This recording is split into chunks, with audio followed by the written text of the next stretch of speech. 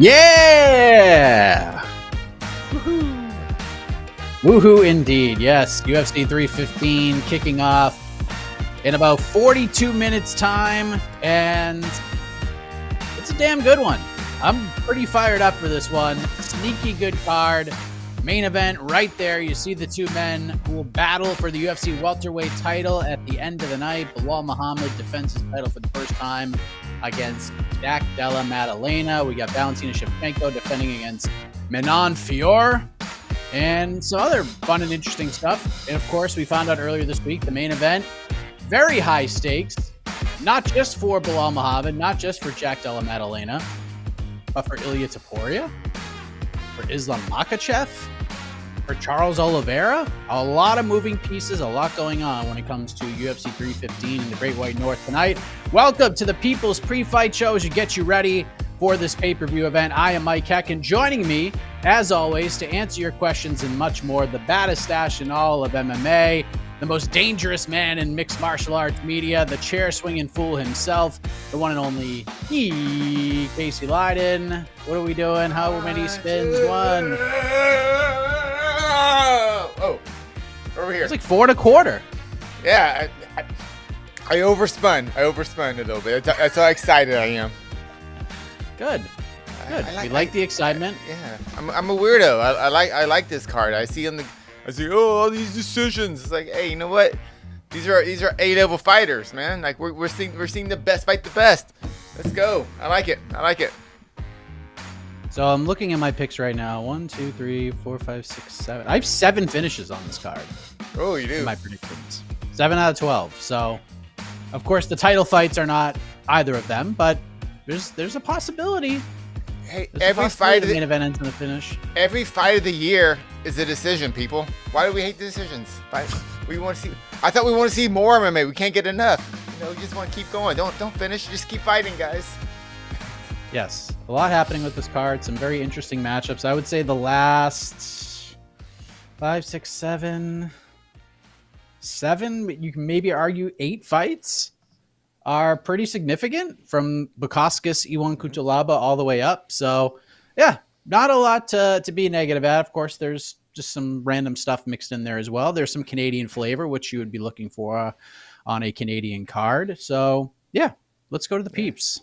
Let's see what they're thinking. And Jose Aldo did not miss weight. Technically, he did not. He did not miss weight. Technically, he did not. Yeah. In fact, he came at championship weight. For under championship. Yeah, that's right. Yeah, under championship weight. That's how ready he was. Yeah, pretty wild themes there. Hopefully, that is the last time Jose Aldo tries to cut to 155. So yeah, I think that's all that is. Yeah, it just makes the Marat looking so much more angering to me. They should have just given him the friggin' title shot, but I digress. Just what a waste of time, honestly. Just in this whatever. Yeah, you wasted 2 weight cuts on Jonathan Martinez and Mario Batista, and then another one on Aean Zahabi. This is crazy. All right, so let's go to the peeps. Yeah, to the peeps. All right, to the peeps. Oh, we got some super chats first. Here we go from Nam Kablam. Oh, it's still small. RDR versus Bobby Knuckles. How awesome is this fight? Yes, UFC announced that the main event for UFC Abu Dhabi, I believe it is July 26th. It's either the 26th or the 27th. Bobby Knuckles against RDR, already got his next fight booked a week after stopping Bo Nickel, and they're giving a big one. They're giving him the former champion in Robert Whittaker. Thoughts on this booking, Casey, and RDR getting the big push from the UFC? I like it. I don't know. It makes sense. That's all. I don't know. I'm just. I love RDR, but I don't know. I just kind of hate seeing Robert Whittaker continually being used as this super high level gatekeeper now. I guess I think maybe that's what it kind of a bit annoys me, because I guess it seems just like maybe like a What does Whittaker get? Does he get a championship fight if he wins? God, no. That's what I'm trying to say. Like, what is Whittaker at? What was his last fight? Am I forgetting something? I thought he was coming off a victory. No, he got done up by Hamzat Chimaev. Oh, is that And it? before that, he beat Ikram Aliskerov Oh, okay. and Paulo Costa. I think I got those mixed. Okay, so he's coming. Oh, so he's still though. He hasn't come back from the jaw injury fight. This is his first fight back from the jaw injury. Yeah. Oh, okay. Yeah. I'd rather see RDR versus. I don't know. I like it. Makes sense, but I don't know. I feel like there was something better out there. What did we talk about on the next? Was this the fight that everyone wanted, or I feel like? I mean, I wasn't on it, unfortunately, but I actually like this fight. I actually like it because I don't hate it. I kind of feel like you have to do this with RDR now because he's getting over. He's sort of I'm not gonna say he's at the peak of his powers, but he after 3 UFC fights, this is about in as big of a place as he could possibly be. I mean, just look at the numbers. Like Damon interviewed him like 2 days after the fight. It did big numbers everywhere. Oh yeah, like, it really did. So he's peaking right now. So the way I look at this is, if you don't throw him to Whittaker now, it does. I don't know. I don't think you can slow burn him at this point. I think he's in the best possible position he can be. And if he loses to Whittaker, no big deal. Like, it's fine. He could still fight really fun fights. But if he beats him, he's right there. Like, that we're closer to DDP RDR than we could have possibly imagined. So I like the matchmaking here. I hope that Fluffy Hernandez gets a similar opportunity, if we're being honest. I don't know if he's going to get Strickland or Izzy or a guy like that, but I think he deserves a name like this too. So, it was the Strickland fight. That was the guy he called out for. Okay, yeah. I was trying to remember what it was. Okay. Go on. So who knows what's going on with Strickland. So yeah. Maybe they're getting Izzy. Maybe they'll do the rematch, which would make sense. I could see the UFC doing that. Wouldn't mind seeing good old Fluffy Hernandez getting a shot at one of those two guys either. So I think this is pretty damn good. I like it. Yeah. So, yeah. No, it's not a bad fight. It's just I think actually I kind of wanted the Strickland fight. I knew we probably weren't going to get it, but already he put it in my head. I envisioned it, So that's what I was kind of. Well, look, Whittaker called for Strickland too, so maybe the winner of this fight, they're fighting for a Sean Strickland fight. So now we just upped the stakes even more. All right. Winner gets Sean. I dig the fight. I just I don't know. There's something. I didn't think they'd bump him up this quick. I really didn't. After beating Bo Nickel, I thought they'd give him something. Maybe like the Vittori Allen winner or something to that nature. Some Roman Dolidze. But ranking wise, this is even a bigger jump. Oh, huge. It's just, huge. So great for RDR. It's a great fight. Maybe I wanted Fluffy versus RDR. I think that maybe that's that's a good one too. Yeah, but good fight. I like it. Yep, good stuff. You talked me into it. You talked me into it. Yeah. All right. Oh, I want to bring this up right now. EKZ Francis Chanelli, right? Francinelli. I don't know. Luis. I don't know. Luis. Yes, Luis. Is he the 6'6" dude? Mm-hmm. Yep. Won again last night. He won again last night. Yeah. A lot of very promising prospects on that LFA card last night. LFA card. A whole bunch of them. Kicked butt last night. It was a really good card last night. I saw most of it. So in case you don't know, Luis.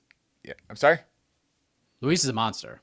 Oh, it is wild because he is such a nice guy and he's funny and he has that kind of broken English. It's just perfect. Don't learn any more English. It's just everything's just perfect. It's right there. And he's a great training partner. I see him in the gym every day. Luckily, thank God for my health, I've never actually done Muay Thai sparring with him. I've only grappled and wrestled with him. And he's a solid grappler. I couldn't imagine actually fighting him. Good Lord. And he's 5-0. I think he's 26, 27 right now. 6'6". He makes 170 pounds. It's a weight cut, but relatively easy. Doesn't kill himself. Just has to stay disciplined. And yeah, I hope he gets a call from the UFC, and he needs to be in there. And my other teammate, Alini David, who was on the prelims. She got the Oh my God. the fastest female knockout LFA. Like opened the Front fight. kick? That was Yeah, sick, boom, dude. yeah.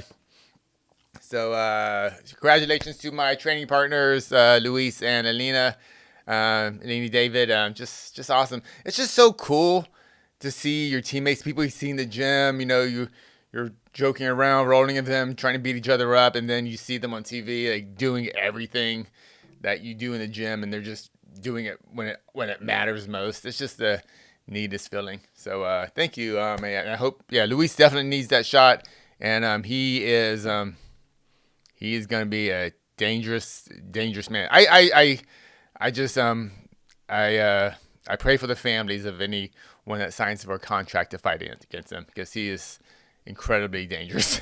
It's Yeah, wild. there are a few fighters I was watching out for. Luis is one of them. I can never pronounce his last name, but I'm gonna have to learn Me it. neither. Me too. Francinelli, I don't know. Shaler Ladd, who is I think he's like 21. He's the younger brother of Aspen Ladd. I've been hearing about this Oh. kid since he was like 15. He went to 2-0 last night, got a finish, had to work for it a little bit. He just murked everybody in the amateur scene, and he fought a very tough, durable guy and ended up getting a finish late in the fight. And then the other was Josh Hokett, who I spoke with, and he's already got a Contender Series fight locked up in August. I don't know who he's fighting yet. I don't even know if he knows who he's fighting yet. He just knows he's fighting on Contender Series in August. This dude is a murderer. He's so good. And he's super young. He's only like 25, 24, 25. At heavyweight, dude is a menace. And then he gets on the microphone and said a bunch of things, which was like, oh, okay, this is not the cool, calm, demeanored young man that I spoke with for 25 minutes. But yeah, he won quickly and emphatically and did what he needed to do. So he's going to dude's going to be a problem. That man is going to be a problem. And I know because he trains at Jackson MMA down in Albuquerque, and I saw Greg Jackson in the corner. So like, I know if Greg's at this point, if he's traveling for non UFC fights, that means he really believes in his fighter. If he's going on the road with these guys, because he doesn't like traveling as much as he used to. But if he's on the road in that guy's corner for just an LFA card, so a lot of promise behind him, and yeah, the mic skills, I don't know, yeah. He's good, man. He is very good. He beat his debut fight. He beat my teammate actually. So really? We were wrestling yesterday, and I told him, I was like, hey, remember the guy you lost to? He's fighting LFA tonight. He's like undefeated. He's like this big giant prospect. He's like, oh, at least I gave him a tough fight. He's like, and it was the only fight they got. It was his only fight they got out of the first round too. So he's like, yeah. Well. he can hold his head on that. But yeah, Josh really good. He was at Extreme Couture for a while. Eric Nixick talked to me about him a whole bunch, but wanted more of a. He needed to get out of Vegas and go to a place where he could just focus on training, and Jackson's is a great place for that. So yeah. I just hope he doesn't. He doesn't need to do the whole Colby Covington thing. That's all. He just doesn't need to do it. Just you're winning, bro. You're winning, exciting. He's like a 25-year-old heavyweight. That's all he needs to do. You don't need to do anything else. Yeah. It's like, thank you, Lazy Bed.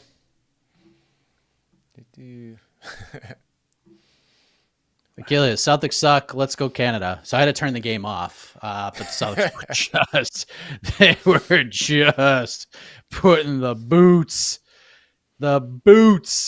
to the poor New York Knickerbockers, and I was loving every second of it. They're up by 19 points with like 9 minutes to go. So what's hopefully the they can hold on to this lead. Knicks are up 2 games to nothing. The Celtics have beat the shit out of them for 3 quarters. Both games won in game, or basically they killed them in the first half, and then they blew 20-point leads in both game 1 and game 2 at home, which is a tough look. But they are just slapping the Knicks around in their home building tonight, which is nice. But hopefully they can hold on to this lead. And then I'll give the Knicks credit. They are not a better basketball team than the Boston Celtics. They ain't even close.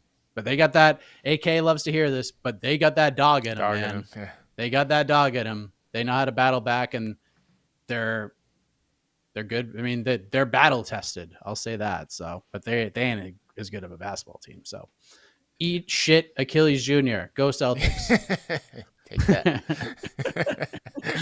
Just kidding. Love you, buddy. But seriously, eat shit. Like, get a spoon. Damn.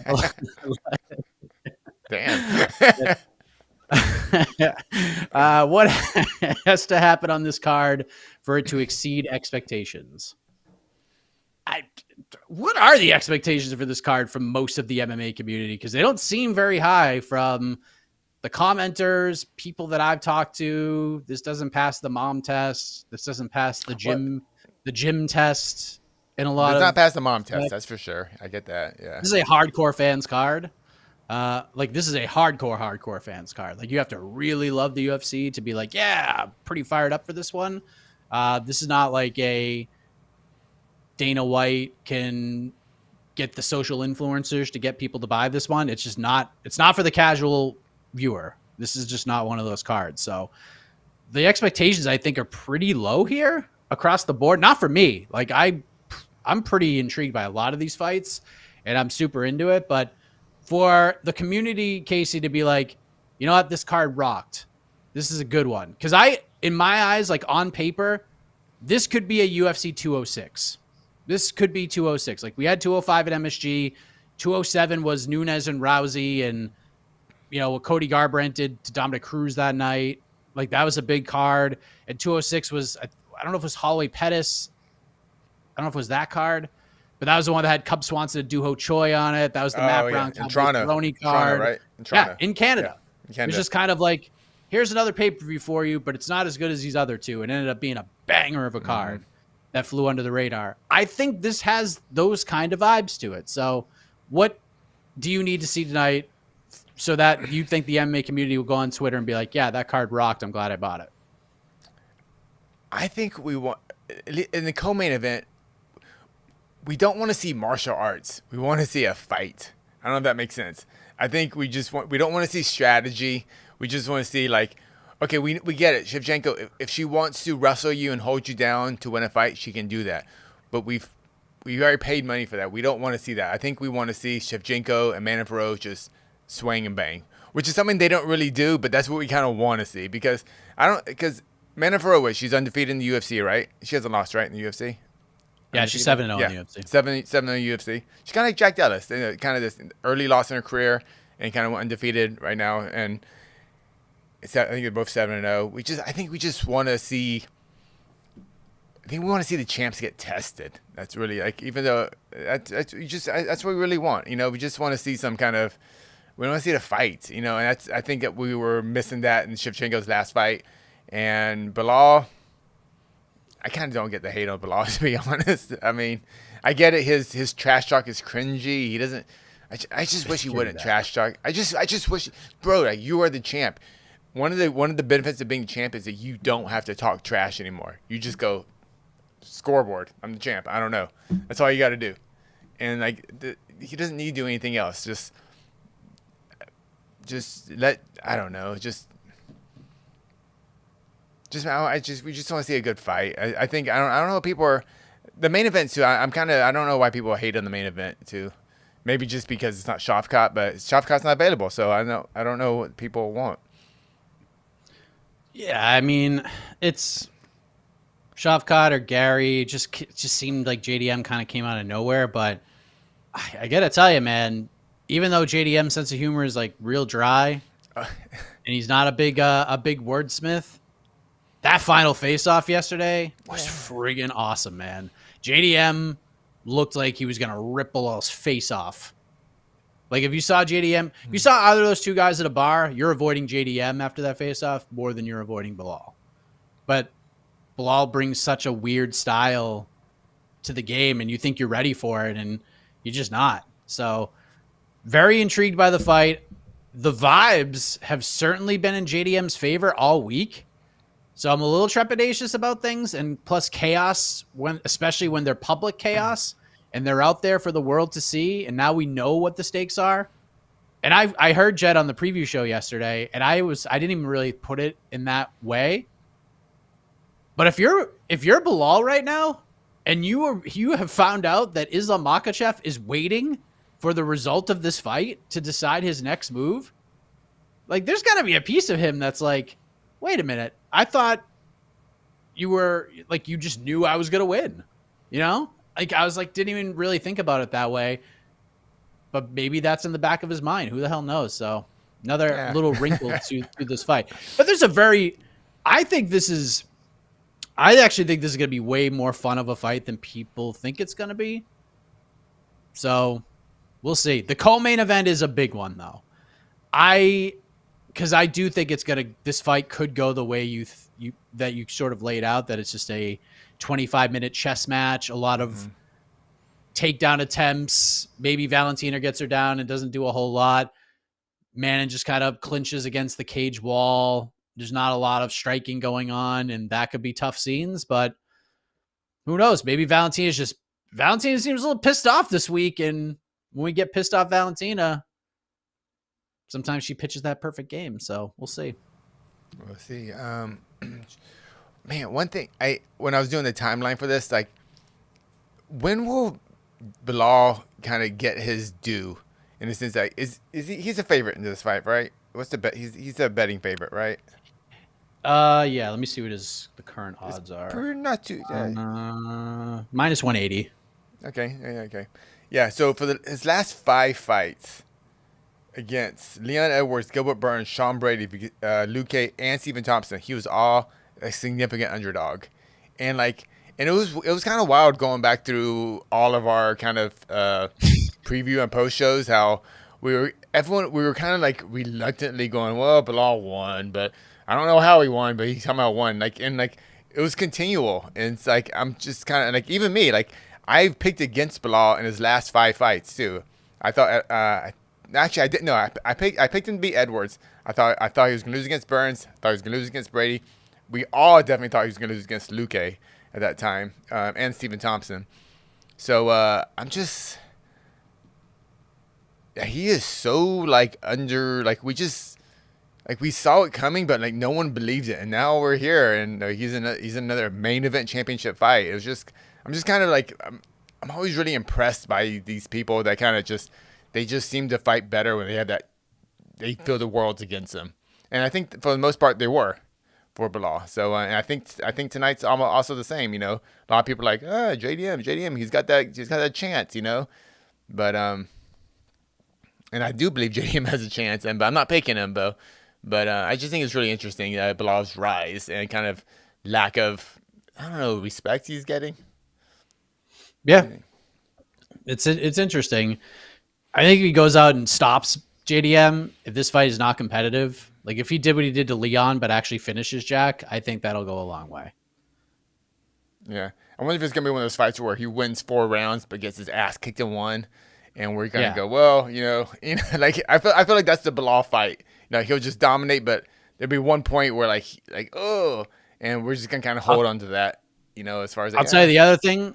That's not gonna hurt Belal tonight. If Dana White shows up at the post-fight press conference and gives him the stamp of approval, because he hasn't really gotten that. Yeah, I think that he needs that.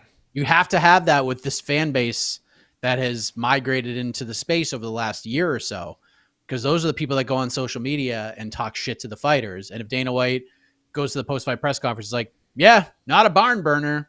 It's never a good thing. Because that's what people will remember, is how Dana shit on the fight. Movsar Evloev is still dealing with the ramifications of that, when I still, to this day, don't think Dana White knew who Movsar Evloev was when he was asked that question. Or he was talking about another fight. Yeah, he got him confused. Yeah. Yeah, he was talking about Chris Curtis or somebody else, yeah. Or at least he thought it was. But that's still to this day my opinion on that. But here we are. All right. Thank you, Last Stand. Okay, what else we got here? Oh, sorry, I kind of answered this already though. Oh yes, shout out to Team CMMA. Yeah. So CMMA, man.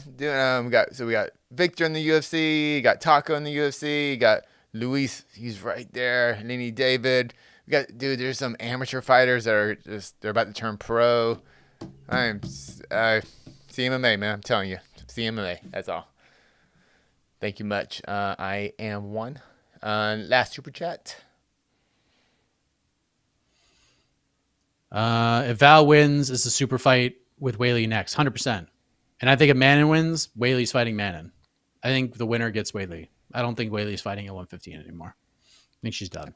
I don't think she needs to. I don't think she needs to. Too. I think it's. Yeah. I feel it's time for Whaley to. Yeah. Let Duverna Jandiroba versus Mackenzie Dern for the vacant belt. There you go. Do that. Let Tatiana get a win, and then Don Davis just tweeted out because if I'm sure everybody watched PFL Europe. Oh, wait a minute. You didn't. You couldn't. You couldn't watch it. At least in the United States, you could not watch it.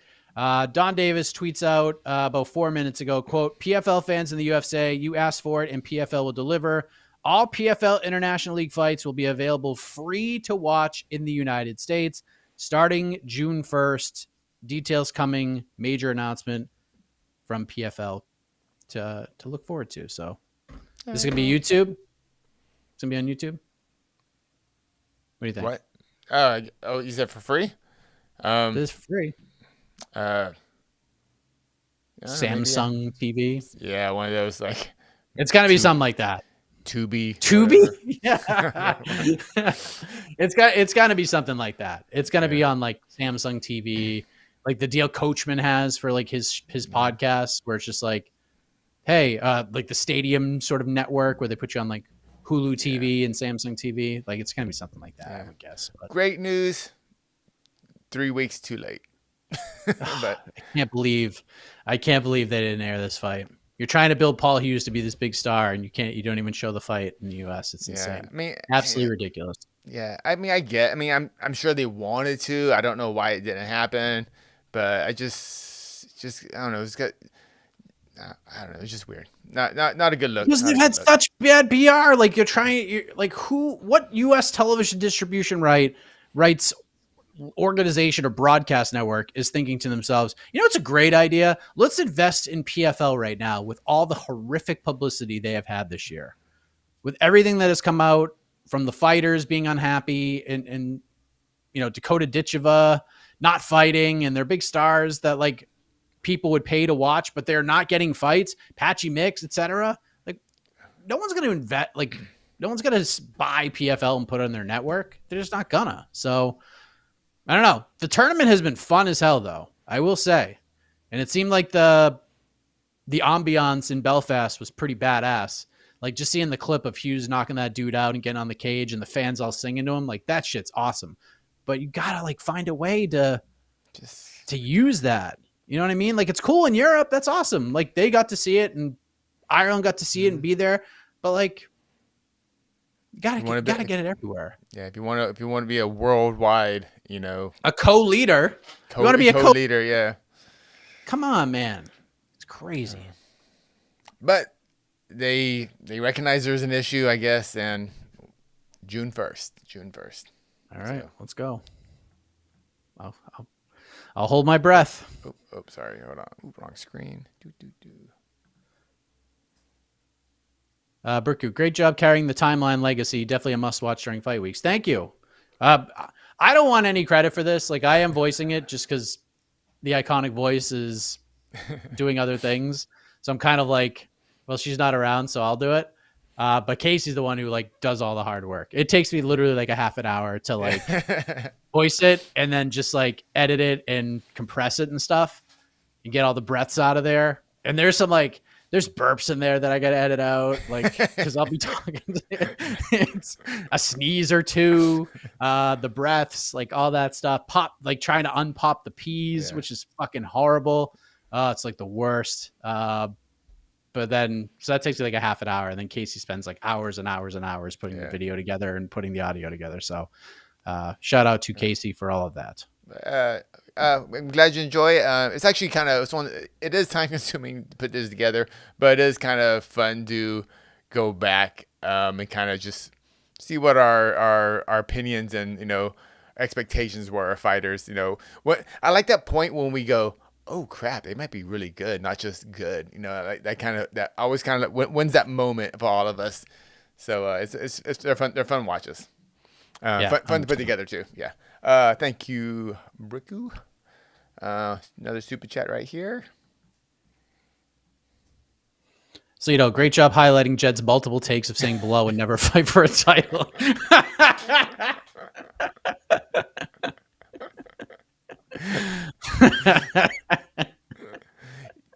Jed has been low key one of the biggest Belal haters, and it's proven. I have it for like 4 or 5 years ago.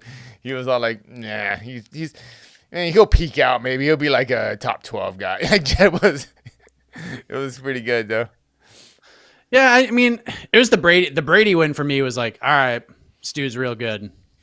Like he's gonna be tough. He's gonna be tough to beat. And shout out to Belal. I did cash a Belal ticket in this title fight. I didn't pick him to win, but I took the point spread bet and it paid handsomely for at least the amount of money that I bet. So, which, spoiler alert, doing the exact same thing tonight. Belal with the point spread. All right. And one more super one. It's $5 super chat. Oh, look at this. I am one. Happy anniversary to Esterlin and Casey Leydon. Hey. Yeah. We just celebrated our 6th wedding anniversary and 20 years together. So look at us. When was it? It was recent, right? It was like a week ago. Our wedding anniversary was a week ago. That was our 6th year, and then about a month and a half ago, I kind of count it more. It's our 20-year anniversary of our first date. Yes. Yeah. So that was that was in March. Yeah. You're meant to make it when you remember the first date. First date, yeah. And honestly, the wedding anniversary that's a good one. But like for us personally, I think our first date was like our real anniversary. I don't know. It's just because we're like, oh, we should hang out more. Okay. 20 years later. October 23rd, 2010 was me and the wife's first date. Hey, look at you. Wow. Thank you. I am one. All right. What else we got here?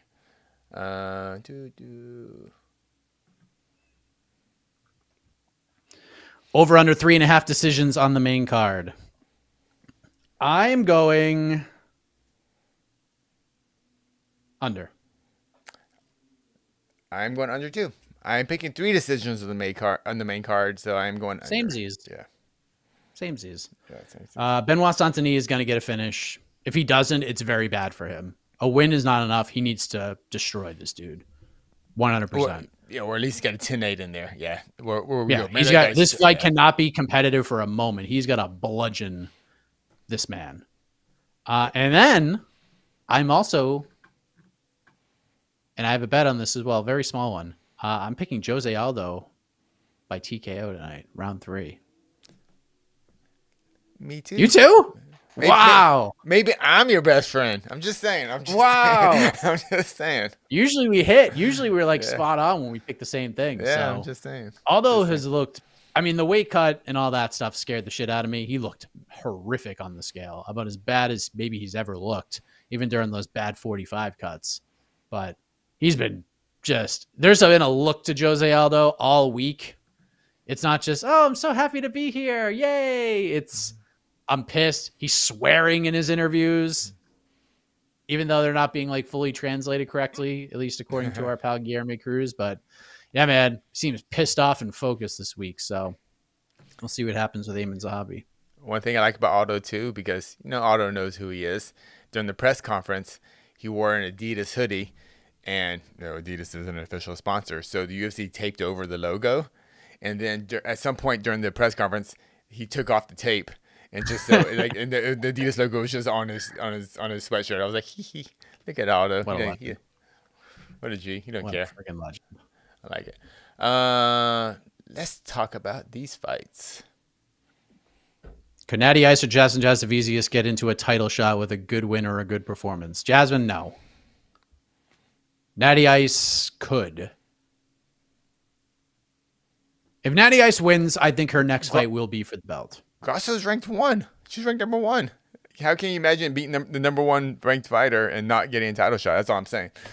I was like, that'd be wild. I mean, she won't be next. Oh, because her next fight was a Weili, but I don't think she'll have to fight again unless she truly wants to. It'll be her choice. Yeah, she can wait most likely, or the title shot. But as we learned as we learned from the now retired Joanne Calderwood, now Joanne Wood, if you have a title shot, take the fucking title shot. Don't fight anybody else because you might not get another one. And Joanne never did. So mind your P's and Q's and be very careful. So, but if Natty Ice wins tonight, she beats Alexa Grasso, her next fight should be for her title. Certainly. Jasmine will be real. Jasmine will have a big fight. Real like close, a huge fight. Jasmine probably gets the loser of the main event, of the co-main event, if she wins tonight. She gets either Valentina or Manon. I think. I can see that. She'll get a big one. She'll get a big fight. Yeah. Yeah. She's like right there to be in that kind of one fight away type of category. And then, yeah, obviously if Natty wins. Everyone, are we pretty much in agreement that what does Grasso get the victory? She needs Manon to win. Manon to win? Because they are going to Guadalajara. So if Manon wins and Weili isn't ready or something, like they'll throw Alexa in Guadalajara, man, and have her fight for the belt again. Mexican fans will love that. I don't know how much like the hardcore fan base will love that, especially after her performance against Valentina in the third fight, but they would do it. Yeah. Yeah, that's when people kind of crap on this card. We have 2 title fights with 2 legitimate contenders, and then to me a number one contenders fight, like the winner of Grasso and Natty Ice. It's like this card has high stakes, and I'm actually really looking forward to Grasso's Natty Ice. I think it's gonna be a really fun fight. I know you're high on Natty Ice. I've been high on Grasso forever, but I fully acknowledge Natty Ice is amazing too. So nothing's gonna really surprise me in that fight. I'm just excited for it. So I think both women are just highly exceptional fighters, and they're meeting at the right time in their career. The fight makes a lot of sense. I like it. Excellent matchmaking. Yeah. Let me see. Go to the comments.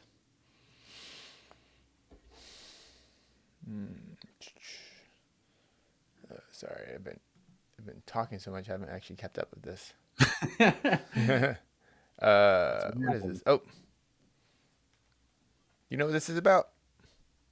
Any hype for Cena Orton? Literally my childhood. Yes. Backlash. WWE Backlash is also tonight. John Cena defending his newly won undisputed title against Randall Orton. RKO City. So that's the main event for Backlash. How's Randall Orton? How's he wrestling nowadays? Is he still good, man? Still good? All right. Dude's put together. Nice. He looks like dude's freaking yoked. Yeah. Yeah, he's doing the thing. Cool. Esther, she worked a New Japan pay-per-view last night. She said it was really good. So awesome. I don't know for any New Japan fans out there, keep up with all the pro wrestling organizations. Support them all. They're all good. It's good for the biz. Good for the biz. Master of the Universe. Micah Mustache, if Zahabi wins tonight, how does he benefit from this? From both a general perspective and also now that they've changed the weight class. It's going to benefit him. Yeah. It all depends, right? Like the performance, I think, is going to have to matter here.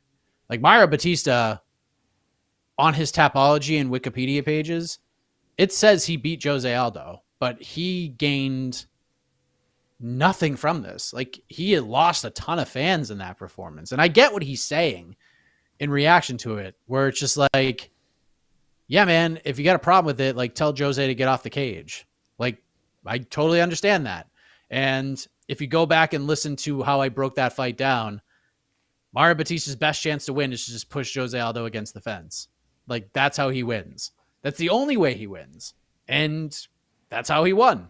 So if Aeman wins like that, it's not going to be good. It's just not. So how do you think he benefits from this based on the performance you think he could have tonight? Well, if he actually wins and doesn't just, I guess, game the system and just, hold Aldo in the cage for 15 minutes, he's in the same exact spot. But if he actually wins, yeah, and fights, then he should get, I don't know, he'll be worthy of facing a top 10, top 5 opponent. I can't think of the name right now, but he's still. And I mean, there's no title shot on the line for Zahabi or anything, God, or like or not even number one contender. But he will get a prominent fight against a. I don't know. I'm trying. I can't. I'm trying. I don't have a list of names in front of me, but I can see a top 10, 35er maybe coming off a loss. Maybe. I mean, Marlon Vera and Batista are fighting at 316, God. So Zahabi Batista could happen. Could happen. Yeah, but the weight miss thing, the Aldo Zahabi fight, that is the big, I don't know, the big sore thumbs. That one the term I'm looking for is like the main card. It's just like, why is this fight? It's just kind of there. It's just a weird fight. Always. Yeah. I don't know. It's like, it's just gonna be weird. I don't know. All right. What else we got here? Jeez.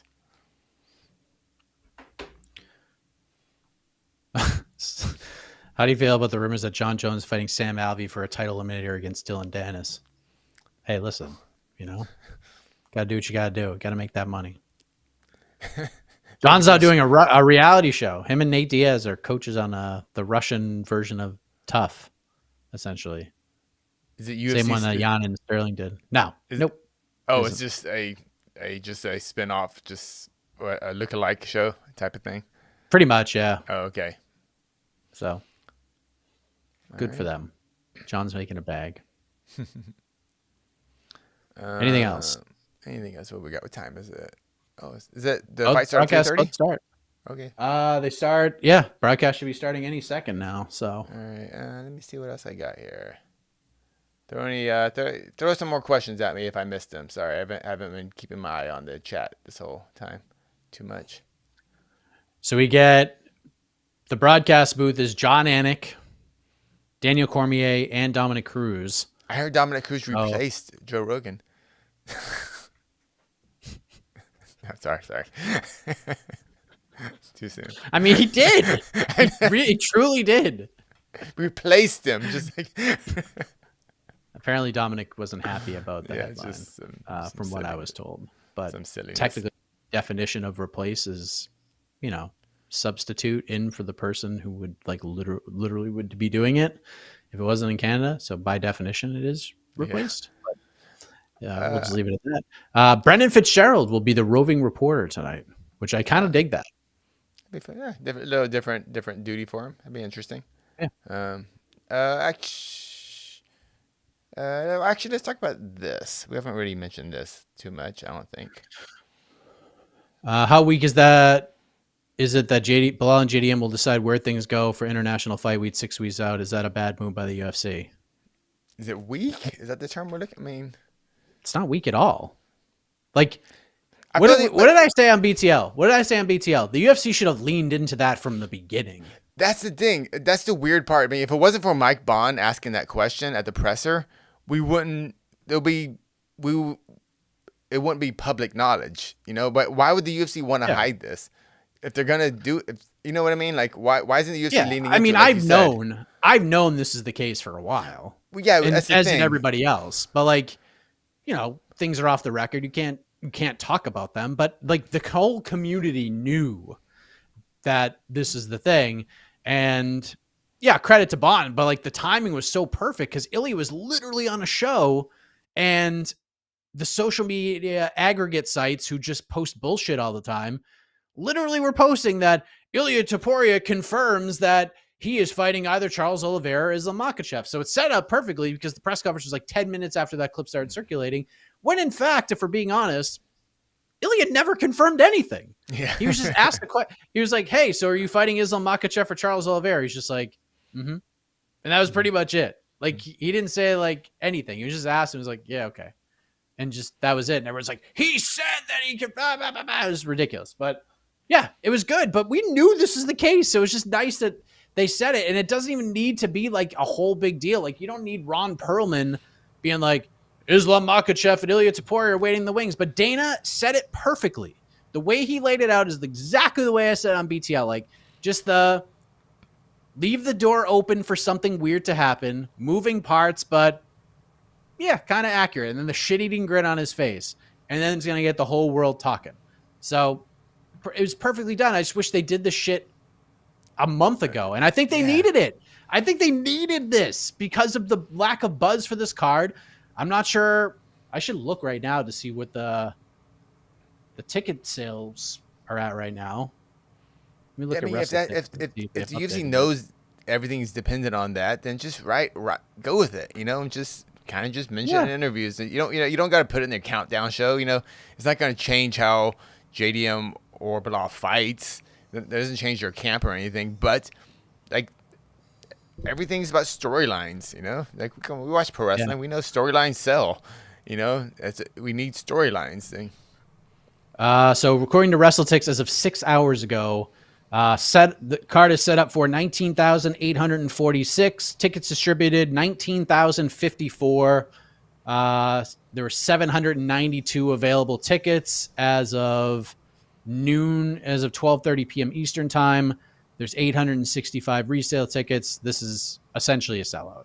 They will say it's a sellout, and they can honestly say it's a sellout at this point. So cheapest available standard admission ticket right now, if you are in Canada, if you're watching right now and you're like, oh shit, I got to get there, this ticket's still available, maybe it'll be cheap, $417.50 Canadian. So the ticket is $362.25 plus ticket fees and taxes at $55.25, $417.50 if you want to get in the door right now. So there you go. That is pricey. It's fucking crazy. That is pricey. It's absolutely insane. But see, here's the thing. People will pay it. No matter what the UFC brings, they will pay it. And they will break every gate record. They're cooking with gas, man. It's absolutely wild. This is why they don't have to try. They don't have to try. Crazy. Do we have anything else? I think we're good. Bonuses? What do we got? Bonuses. All right. Where am I going here? All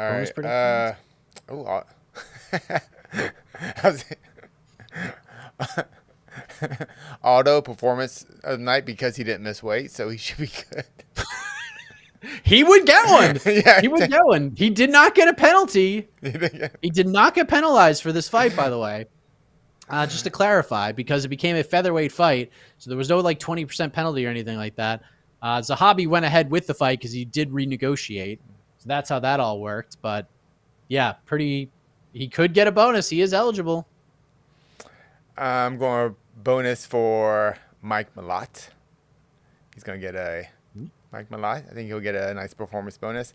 And also, I think another performance bonus for Navajo Sturdy. Okay. Going all prelims.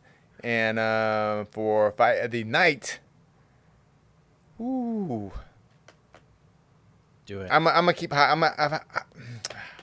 Do it. I'm gonna go Grasso Silva. Fight of the night. I'm excited. Okay. I'm excited about that one. But I have faith. I have faith in the main and co-main too, that they will be quality, entertaining, and high level mixed martial arts.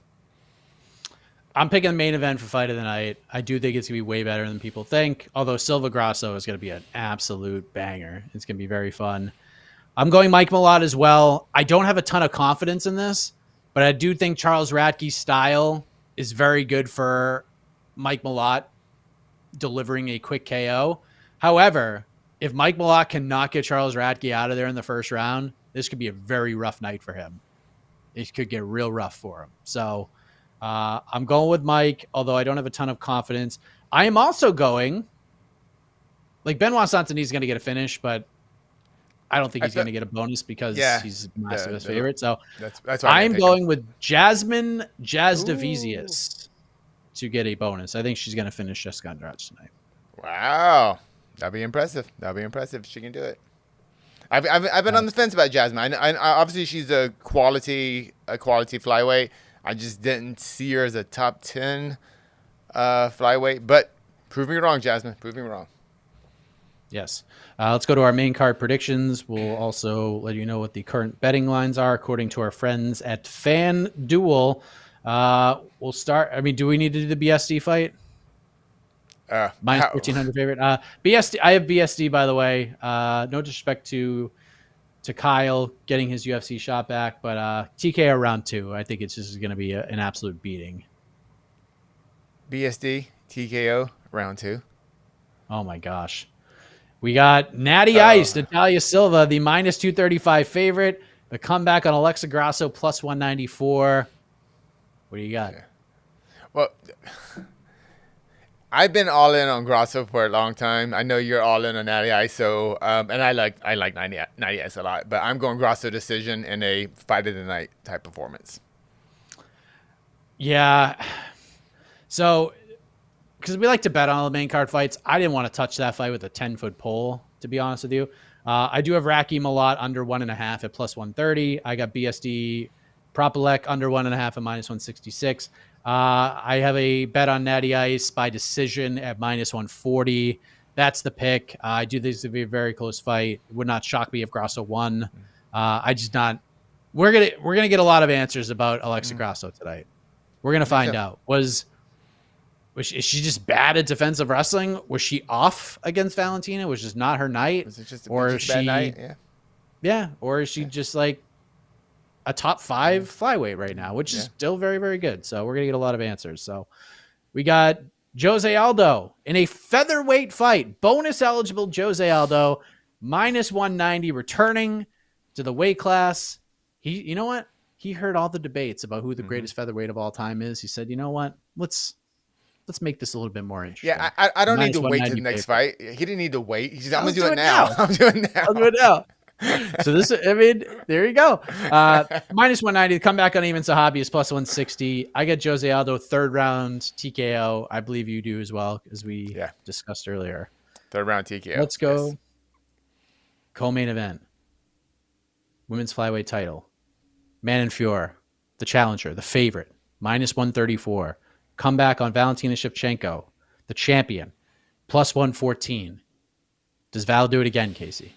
And Stiller and new. It's the year of the Haas and new Manon Fiorot. Oh, we're off. I'm picking Chevy by decision here. I do have a bet on Chevy because when else are you going to get a chance to bet on Shevchenko as an underdog? I got her plus 118. I jumped all over it. I am surprised she's the betting underdog. That is kind of a shocker to me, but I am picking Manon. Yeah, Manon is a hoss, man. She is big. She is strong. She is tough. Let's see if Shevchenko can get her down. But Shevchenko could just beat the shit out of her too. Like she just could get angry and see red, bro, and just do what she does, which would be good for the momentum of this card. I would love to see it. Yeah. Now we go to the main event. This is where it all comes down to. So much at stake here for not just the two fighters, but multiple fighters outside of it.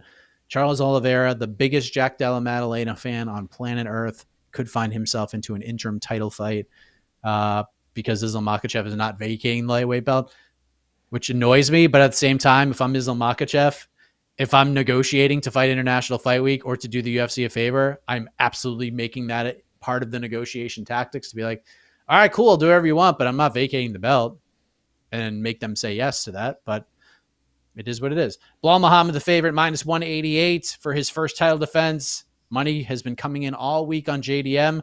Currently sits as the underdog at plus 158. I kind of gave it away earlier. I'm going Belal Muhammad by decision. I think Belal's him overall. And minus 5.5 point spread is the bet. Plus 114 is what I got it. But it would not shock me if JDM chinned him. It really wouldn't, but I'll go with Belal by decision to get it done. Your main event for International Fight Week will be Ilia Topuria versus Islam Makhachev. So Belal Muhammad by decision. Yeah, I do think it's gonna be a fun fight. I do think it's gonna be the fight. And I do believe he will get chinned. He will get dropped in this fight. Ooh. But because I do believe it'll be a very competitive fight, but I think Belal will be able to tough it out and he will win the decision. All right, hit the music. There you have it.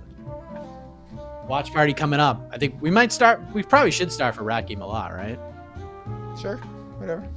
I'm here. Feature bout. I mean, we won't go as early as we did last time. Yeah. We'll go for the prelim main event because Mike Belal, Charles Raki is like has built itself to be one hell of a fight. Yeah, So, that might get the U.S. versus Canada.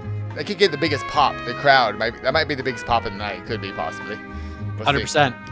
100%. So probably going live about 9:30 p.m. Eastern time, and then we'll be with you the rest of the way. Jose is in Montreal, so follow the YouTube channel, subscribe, do all that fun stuff, get all the post-fight interviews.